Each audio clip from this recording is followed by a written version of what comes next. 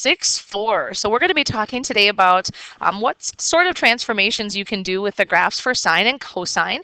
There's lots of different things that can happen to these parent graphs, just like any other parent graph that we would have. So today we're going to focus our attention on just two things that happen to it.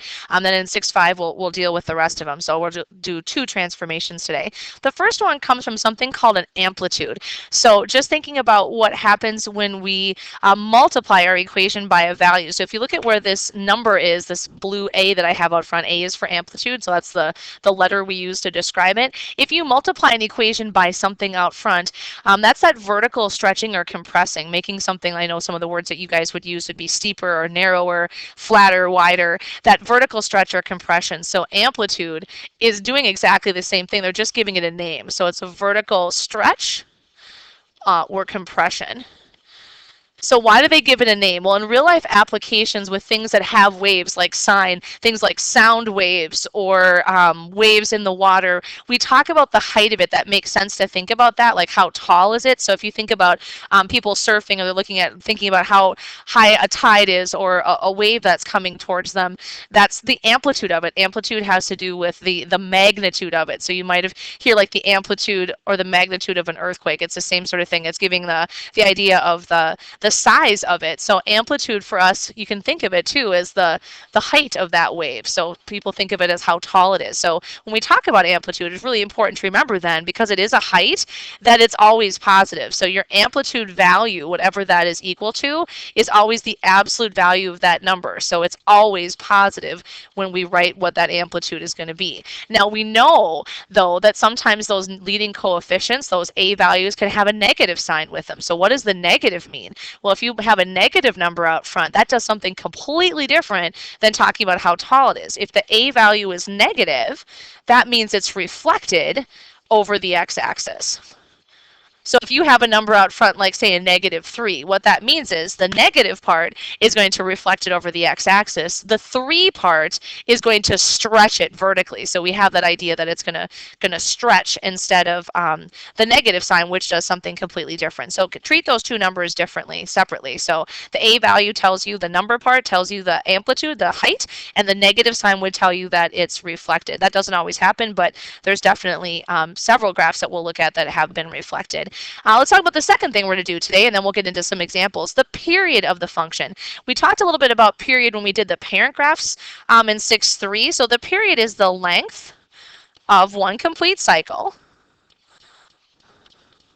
or graph, however you want to think of that.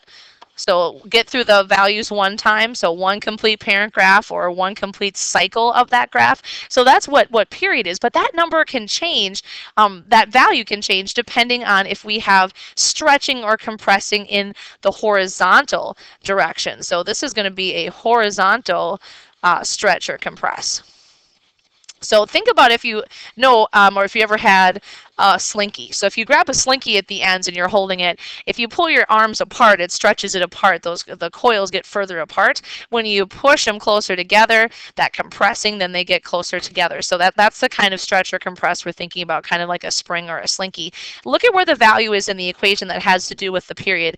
It's the K value that we're going to be looking at, this value for K. K is not the period, but it has something to do with what the period is. The number multiplied in with the angle helps us determine how many complete graphs we have in one cycle of 2 pi. So we use P for period. So when you see period, we're going to abbreviate it with the letter P. So P for period, we're going to take 2 pi, which is our normal cycle for sine and cosine, divide it by how many complete graphs you would have. So that K value stands for how many graphs there would be in 2 pi. So if K is 1, that means it's the regular period. We haven't stretched or compressed it at all. It's still our regular 2 pi. But if we change the value of K out front of the angle measurement there to anything other than 1, that's going to have a stretch or compression effect on the graph. It's either going to make it longer or shorter depending on what K is. So the bigger the number is for K, the shorter the graph's going to be. The smaller the number is for K, the longer that graph is going to be. So it has a vertical or a horizontal stretch or compression idea.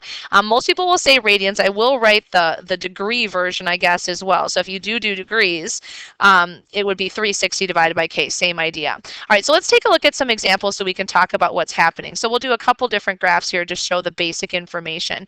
So for the first ones, we're going to look at the effect of a number out front. So we're going to look at the difference between 2 sine and negative 2 sine. So if you have some colored pencils or things like that, it might be nice to differentiate once you have your graphs done so you can tell them apart. But let's take a look at y equals 2 sine of x first.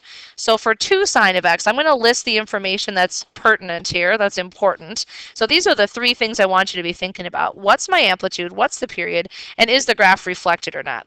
Okay, so amplitude comes from the number out front. So that's that 2 value. So the amplitude is 2. The height of the wave is going to be 2. That means from the middle to the top or the middle to the bottom, it would be a 2.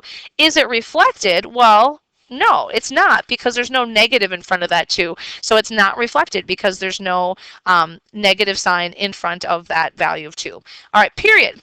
So period comes from looking at whatever the k value is inside with the x. Well, it's a 1. What that tells me is there's no horizontal stretching or compressing. The normal formula for period is 2 pi divided by whatever k is. Well, k is 1. That means there's no stretch or compress horizontally. You haven't changed the length of the graph at all. It's still 2 pi. So normally I wouldn't show all that work for that, but that's what you think through when you try to figure that out. There's no stretching or compressing, so it's still 2 pi. All right, so how do I graph these? Kind of the important things to think about. Both sine and cosine are always split into quarters. So when I do my scale on the x-axis for my angle measurements, I would always put 4 tick marks to start with, because that's going to be the original period, the 4 quarters. So whatever your period is, that's going to be this final tick mark. So that's going to be 2 pi. Now there's lots of different ways that people sort of figure out what the other tick marks are. So let's talk about a few of these ways that we can do it. If you know the last tick mark is 2 pi, and there are 4 quarters or 4 tick marks, you could just say 2 pi divided by 4 to figure out what this first interval is going to be, which would be pi over 2. So I can have this first tick mark be pi over 2. So you can always do that. Whatever the last one is, it's going to be a fourth of that would be the first one. So that's one way. Let's talk about another option. Some people go half and half again. So if they know the last tick mark is 2 pi, they take half of that to find the middle one. Well, half of 2 pi would be 1 pi. And then you can do the same thing again to get the first one. So half of pi would be 1/2 of pi, or pi over 2. So whatever makes the most sense to you, but it's always going to be the same thing when we figure that backwards. Now here's the kicker. How do we figure out this third tick mark? Lots of different ways to do it. Let's talk through a couple of them. First of all, it's halfway between 1 pi and 2 pi. So if you're halfway between 1 and 2, you must be at 1/2 pi.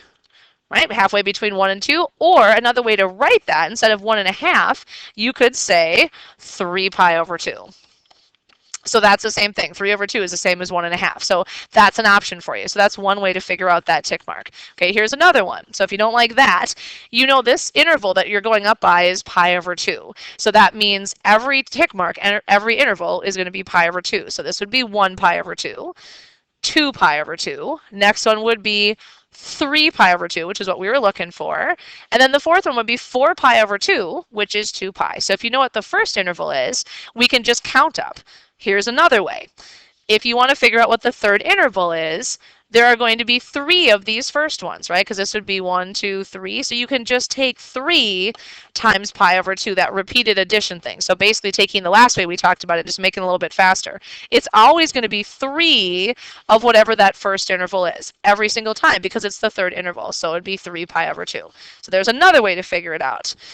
Okay, yet again, we have a different multiple perspectives to be able to look at that. So whatever makes the most sense to you is really the best way to go. It's going to be 3 of the first interval. It's 3/4 of 2 pi. You could do it that way too. It's halfway between pi and pi over 2. Whatever makes the most sense, but we need a way to figure that out. Okay, let's talk about the vertical scale then. Vertical scale is going to come from the amplitude. So normally the graph goes from 1 to -1. So normally just doing this would be plenty. But now that I have an amplitude of 2, I'm going to need to stretch out that graph vertically so I can go up to 2 and down to -2. All right, so let's talk strategy here. We're going to do this one in green. 2 sine of x then. Normally, I would just start sine and graph it away. So that's what I'm going to do here. Sine of 0 is still 0. When you multiply it by 2, it's still going to be 0. So first point is still going to be at 0. Now at pi over 2, here's the first one we have to think about. 2 sine of pi over 2. Pi over 2, sine of pi over 2, if I just cover up the 2 for a second, and just look at this part of it, sine of pi over 2 is 1. And then I'm going to be multiplying that by 2, so the final answer is going to be 2. That means it's going to stretch up to 2. That's the effect that the 2 has. It's that vertical stretch. Instead of the wave being a height of 1, it goes up to 2. All right, at pi, it would be 0 again, so 0 times 2, still 0. 3 pi over 2, same idea as what we just did here. At 3 pi over 2, it would be negative 1, so it's going to be negative 2. So it's twice as tall in that direction as well. And then back to 2 pi. So smooth, continuous curve. And I'm going to do the arrows on the end to show that the graph continues. This is y equals 2 sine of x. So I'll label that. Now, if you have a different color, why don't you go ahead and graph the second one in a different color, negative 2 sine of x. So let's talk about the differences here in this graph. So negative 2 sine of x amplitude is 2 still, positive 2. That 2 number tells you the height of the graph. But is this one reflected? Absolutely yes. That's what the negative sign out front does, is the reflection. All right, period. Same thing as the last one. It would be 2 pi divided by k, where k is 1. So it's just 2 pi. So my scale is totally fine. I'm going to graph this one on the same set of axes. It's going to be the identical graph to the green one, except it's reflected over the x-axis. What happens to the points on the x-axis if you reflect over the x? Well, absolutely nothing. It's going to be in those same locations. Now, the graph part of it then, the picture, instead of going up first, it's going to go down. This max point is going to become a min, and the min point is going to become a maximum. So it goes down and then up. So when we look at the reflected version of it, it's reflected over the x-axis. So I want to take a look and see if I can show you on your graphing calculator how you can check these answers and make sure you're doing the right thing. So let's just take a quick peek at that and see if we can get these in here. So I want you to see the difference, first of all, between regular just sine of x and then 2 sine of x. So the difference between our original parent graph, oops, forgot the sign there, and the 2 sine of x. Then we'll talk about the reflected one. Now make sure you're in radian mode on your graphing calculator because we're using radians, so make sure you're in radians. And then let's talk about the window. I want you to have your window set up initially just going from negative 10 to 10, so your regular window, which is a zoom 6 if you want to go the fast way there, standard window. Because what I want you to see is what radians allows you to do. So we have our 2 different graphs. We had regular sine first and now 2 sine. So if you notice, the second graph there is twice as tall, so that's what the 2 does. And then I want you to see what we actually graphed. We graphed in this green one, so I'll keep my colors the same. We graphed 1 complete cycle, which would be that guy right there. If you graph negative 10 to 10 radians, though, you're going to get more than 1 complete graph. 1 complete graph is 2 pi. That's 6.28 about as a decimal. And if you look at where this is crossing the x-axis at the end, it's just past the 6 line, so right there. So that makes sense to me. Then I'm going to have more than that, though, because if you go to 10 radians, that's a good chunk of the way around the circle again, which is what that next little piece is. So if you keep going all the way out to 10 radians, then we can get a little bit more of the next one. You'd need 12 whatever it would be, so 6.28 doubled, so 5.6 I guess, 12.56 to actually get 2 complete graphs over there, but at least we can see a good chunk of it. Same thing in the negative direction. You get 1 complete graph and then another part of 1. So negative 10 to 10 is kind of cool because you can see that that graph continues. Now, what if I just want to see exactly what was on my own graph that I made? We can adjust the window accordingly. So I can go back to my window and I can set it up to be exactly what we had there. So starting at 0 and then going up to 2 pi is what we went up to. So we can actually type in 2 pi using the pi key. When you press enter, it'll be a decimal, but that's okay. The x scale, what are we going up by? Well, 1 tick mark here was worth pi over 2. So I'm going to type in pi divided by 2. And again, I'll give it to you as a decimal, but that's fine. I probably don't need negative 10 to 10. How about negative 2 to 2? That should be plenty. And now graph. So you see your original, this would be parent graph, sine of x. And then look what this next one is, our green one that we actually graphed. So 2 sine of x is double tall, so it's been stretched out. So the height of the wave from the middle to the top is 2, and the middle to the bottom is 2. So that's what that effect the 2 has on there. Now, just for fun, let's go back to the y equals and put in your last one, the blue one that we graphed, negative 2 sine of x. So then you can see that effect that negative sign has on the graph. So it reflected it, it goes down first, and then up. So we have our reflection over the x-axis. So you can always check your graphs on your graphing calculator, and you can set it up just as negative 10 to 10, just do normal radians or decimal equivalent, or you can actually type in 0 to 2 pi and or whatever your period is and see exactly what that graph is going to look like. So it's kind of a nice way to do that. All right, so let's try one where we're affecting the period now a little bit. So we're going to look at the parent graph again first. So we'll do cosine, and then we'll talk about what does cosine of 4x look like. So let's list what we know about just our parent graph. Amplitude, period, is it reflected? All right, so amplitude, the value up front in the regular graph is a 1. The height of the wave is normally a 1, so we didn't change it at all. It's the parent graph. Period, the k value is also a 1. So remember 2 pi divided by k, so 2 pi over 1. It's just the regular period. It has not been stretched or compressed horizontally as well. Is it reflected? No, it's just regular 1. So our regular parent graph. Now let's list what we know about the bottom one, and then we'll talk about the graphs here. So y equals cosine of 4x. So the difference in this information, amplitude, period, and is it reflected? The difference in the information comes from that value of 4 on the inside here. So amplitude is unaffected. Amplitude is still going to be just a 1 because the value up front is a 1, so that means it's not reflected. The difference comes in the period. Period is 2 pi divided by k, and in this case, k is 4. So 2 pi divided by 4, when I reduce that, that means it would be pi over 2. Now I want you to think about this for a second. So normally the graph has a period of 2 pi. It's normally 2 pi long. In our parent graph, it's 2 pi.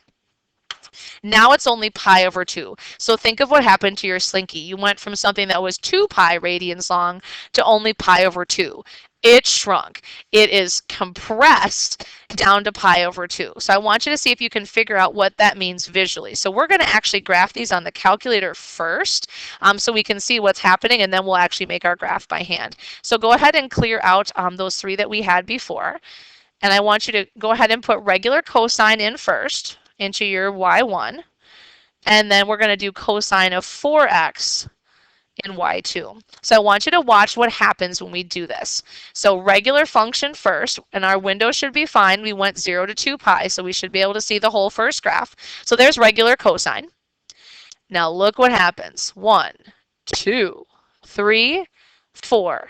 You end up getting, here's one complete cycle now in pi over 2, 1 tick mark, right? You end up getting how many of those cute little graphs in 2 pi? Well, there's 1, there's 2, there's 3, there's 4. And what was your k value again?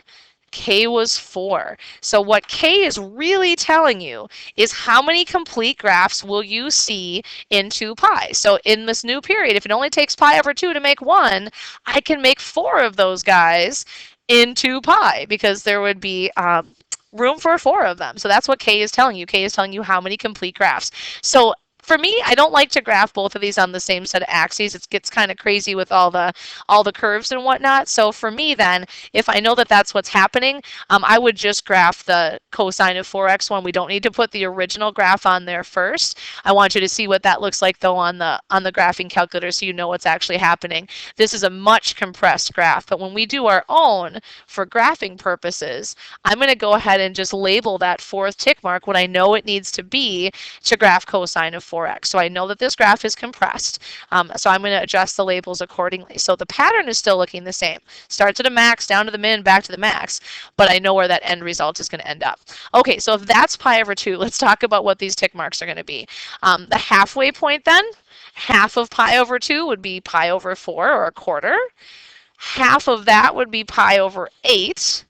And then to figure out the 3rd tick mark, what I like to do is think it's going to be 3 of whatever that first interval is. So 3 of the pi over 8s, so it would be 3 pi over 8. So it's 3/4 of the way to pi over 2, so it would be 3/8. So figure out in the best way that you can how to move from one to the next there, but I think that's the fastest way. Amplitude is 1. So 1 to -1. And cosine starts at its maximum value. So cosine of 0 times 4 would still be 0. So it would be 1. Now pi over 8, if you know it's starting at the maximum, the next point in the cosine pattern should be the middle, so it should be 0. You can plug it in. If you're not 100% confident that you know what that value is going to be, you can always do the substitution. When you plug in pi over 8, which is our first interval there, times 4, that would be cosine of 4 pi over 8, or cosine of pi over 2, which is most definitely 0. You can plug in the values if you need to, but I think the whole idea is if you recognize the pattern, you can just make the picture. We've adjusted the labels already. So then it would go down to its minimum, then the middle, and then back to the maximum. So make sure when you're drawing a cosine again, those arrows go down to show that it would be decreasing. So we've actually adjusted. Now, if we tried to graph regular cosine, we would only see a quarter of that graph. We would need much longer, all the way out to 2 pi to see that. I don't need you to graph the original parent graph, though. You can just graph the new one with that new period. All right, so let's try putting both of those things together now, an amplitude change and a period change. So let's take a look at this next equation. We'll finish up this first part today with this graph, and then I'll write some equations. So the 0.75 cosine of theta over 3. Theta and x can be used interchangeably. They both mean angles. Let's list what we know about this equation here. So amplitude, period, is it reflected? Amplitude, number out front, 0.75. So what happened to that graph? What does a 0.75 mean? Well, that means it's vertically compressed. It's shorter. Normally the wave height is 1. Now it's only 0.75. Is that graph reflected? Nope. And how do I know it's not? No negative sign out front, so there's not reflected. It's just 0.75, just compressed. Okay, period. 2 pi divided by k. And what is k in this equation? Kind of have to be careful here. 1 is your coefficient on the top, so it's 1 theta over 3, or k is 1/3. Just be cautious on that. It's 1/3. So that means 2 pi divided by 1/3. Okay, when you divide by 1/3, that's the same as multiplying by 3 multiplied by the reciprocal. So that would be 6 pi. Okay, what does that mean? If normally it takes 2 pi and now it takes 6 pi, what happened to your slinky, to your graph? Well, we stretched it out. It's a horizontal stretch. Normally it takes 2, now it takes 6. So think about what k means again. It tells you how much of the graph do you see in 2 pi. I only see 1/3 of the graph. I don't see the whole thing. I only see 1/3 of it. I need a full 6 pi to see the entire graph. So this guy is really stretched out. Okay, so let's do our labels. 4 tick marks. Last one will be 6 pi, because that's the length of our new period. So let's see if we can figure out what those labels would be then. So a couple different ways to think about it. The halfway point then, half of 6, that would be 3 pi. And then half of that again, what's half of 3? Well, that would be 1.5, so 1.5 pi. So that's one way to get down to that first tick mark. Here's another option. If you go half of 6 and get 3, you could also, instead of doing that, just look at the 6 pi initially. You know there's 4 tick marks, so divide by 4 so you can see what 1 tick mark is worth. So what's one interval? Well, that would be 3 pi over 2. So that's another way to get down to this first one. 3 pi over 2 is the same as 1.5 pi. So whichever way makes more sense to you. Okay, now how do I get to this third tick mark? Well, one way is look at the 3 pi and the 6 pi. What's halfway between 3 and 6? Well, 4.5, so 4.5 pi would be fine. Or take that first interval and times it by 3, because there would be 3 of those intervals. So take 3 times 3 pi over 2. 3 times 3, that would be 9 pi over 2. So this could also be 9 pi over 2. Is 9 halves the same thing as 4.5? Sure thing. So that's another way to get there. So you can either find halfway points, or you can find that very first one and then multiply by 3 to get that third tick mark.